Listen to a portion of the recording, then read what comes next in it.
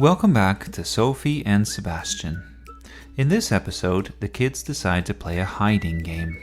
It's boys versus girls. Who do you think will win? Stay tuned to find out.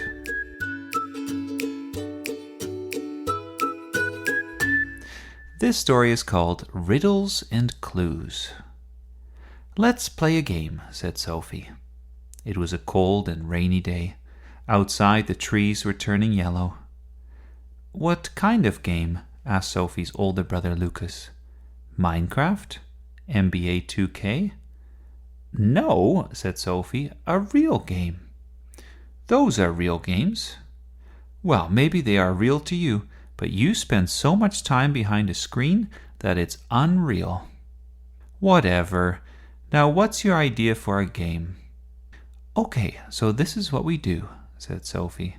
"It's boys versus girls." "Well," interrupted Lucas, "we know who's going to win that one." "Right, the girls are.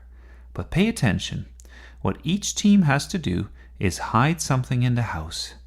Then they have to give the other team a clue about where to find it. Whoever finds it first wins." "That sounds boring. Do I have to play?" "Yes. Mum said you have to spend the next hour playing with us before you're allowed to go back behind a screen." "Ugh," Lucas sighed. "Let's get this over and done with," he said. Then Lucas and Sebastian went to their room and talked about what they would hide and where. "How about," said Sebastian, "we take the piano and hide it in the closet?" Lucas laughed. "Can you lift the piano?" "No, but you are pretty strong. Maybe we can do it together?" "Thanks, bro, but even with my big muscles, that would be impossible." "Oh," said Sebastian. "But I have a different idea," whispered Lucas. "This is what we'll do." Then he told Sebastian exactly what they would do, and Sebastian said, "That's awesome." Soon after, Sebastian shouted, "We're ready!" And Sophie said, "No need to shout. We've been ready for ages." "Okay, so what's your clue?" "Our clue," said Lucas, "goes as follows. Look for something flat, not curled. It's under a window to the world." Sophie and her older sister Tessa wrote down the clue. Something flat under a window. "A window to the world," said Sebastian enthusiastically. "Still, that's not much to go on," said Tessa. "Can you say anything more about it?" "It's yellow," shouted Sebastian. "It's a piece of paper and you'll never find it." "Shh," said Lucas. "Don't tell them anything else. Now, what's your clue?" "Oh, ours is easy," said Sophie. "Look among the towels and the sheets and you'll find some things to eat." "To eat?" "Yes, something you can eat." "Like a chocolate bar?" asked Lucas hopefully. "I bet it's broccoli or cauliflower," said Sebastian. He turned up his nose. "You'll just have to find out," said Sophie. "Now get ready, set, go." Then Tessa and Sophie ran to every window in the house to look for a yellow piece of paper. Meanwhile, Lucas and Sebastian ran to the hallway cupboard where all the towels and sheets were kept. They started taking out all the towels, unfolding them, and then throwing them on the ground. No explorers had ever worked so hard for hidden treasure. Each towel was like an Egyptian mummy that you just had to unwrap, much as you might mess around with a toilet paper roll. But no luck. There was nothing hidden in the cupboard. "Wait," said Lucas. "Maybe they meant tea towels, like you use for drying the dishes." "I know where they are," shouted Sebastian. "Let's go to the kitchen." They were about to run off when Mum came around the corner. "What is going on here?" she asked. "Before you go anywhere, I want you to fold all of these towels and sheets. You can't make a big mess and then leave it for me to clean up." "Oh, no," said Lucas. "I bet the girls knew exactly that this was going to happen." "Yes, we did," laughed Sophie as she peeked into the hallway. "And we thought you might like to learn to fold some laundry. Have fun." But soon after, Sophie and Tessa were also stumped. They had checked every window and had found nothing. "What do we do now?" asked Tessa. "Maybe," said Sophie, "we need to go back to our clue. What did it say?" Tessa repeated the clue. "Look for something flat, not curled. It's under a window to the world." "What is a window to the world?" asked Tessa.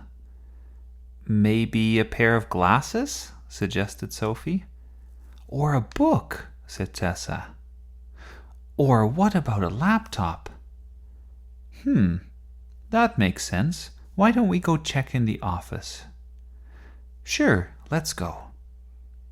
Then Sophie and Tessa ran to the office. As they came through the hallway, they got to laugh at Lucas and Sebastian, who were only half finished folding all the towels and sheets. "Suckers!" shouted Sophie. "We're still gonna win," said Sebastian. Then Sophie and Tessa ran into the office. They could see something yellow sticking out from under Dad's laptop. "Sorry, girls," said Dad, who was busy working.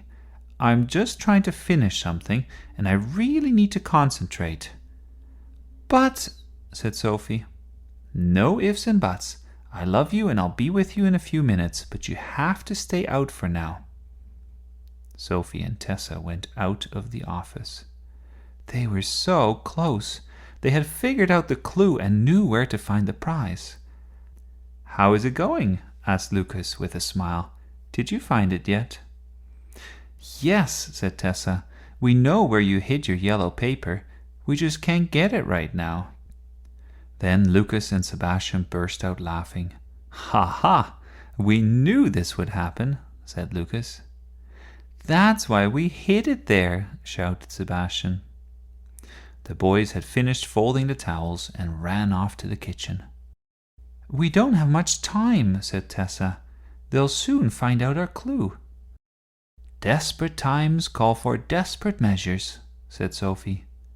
"Quick, give me some ideas for getting Dad out of his office." "I don't know," said Tessa. "Tell him one of the boys went to the bathroom and plugged the toilet." "That's good. But I have a better idea." Sophie gently opened the door.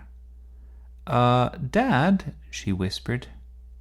"I hate to disturb you, but there's a piece of pie for you in the kitchen. Mum told me to tell you." "Great," said Dad. "I'm just done what I was doing, so that's excellent timing." He jumped up and walked to the kitchen. Sophie and Tessa pretended to follow him, but quickly turned around. They ran into the office. "Hurry," said Tessa. "Let's get the goods and get out of here." Sophie snatched the yellow piece of paper from under Dad's laptop. "What does it say?" she asked. "It says, 'Congratulations, you have found our clue, but by now we will have found yours too.'" "Bet you not," said Sophie. "Let's go find out." They ran to the kitchen. "We've found it," yelled Tessa. "So did we," shouted Sebastian. He waved a chocolate bar in the air. "Well, I guess it's a tie," said Sophie. "That's disappointing." "Disappointing? Tie?" said Dad. "Whatever are you talking about? And what's with all these tea towels on the ground? And where's my piece of pie? And why are you waving a chocolate bar?" "Oh, right," said Sophie. "About that." "It was an emergency," said Tessa. "Can I eat it now?" asked Sebastian. "I have no idea what's going on," said Dad. He looked a little frazzled. "But I have too much work to do to figure this all out. Make sure you clean up the towels, and if you do find that piece of pie, please let me know." Dad went back to his study. "Phew," said Tessa. We dodged one there. Thanks for the chocolate bar, said Sebastian. Come, Lucas, let's go eat it. You can break it in half, and then I get to choose first. Fine, said Lucas. Then they dumped the towels in the drawer and ran off. When they were gone, Sophie said, You know, we really should make Dad a pie for all his trouble. Do you know how to make a pie? I think so, said Tessa. I've watched a bunch of baking shows on TV. It doesn't look that hard. I'm sure it's easy, said Sophie. And plus, if we can solve riddles, then we must be pretty smart. Tessa couldn't agree more. A recipe is just like a bunch of clues, she said. What can possibly go wrong? A lot, said Sophie. But it's better to think about what can possibly go right. Good point, said Tessa. Now let's start baking. This is going to be fun.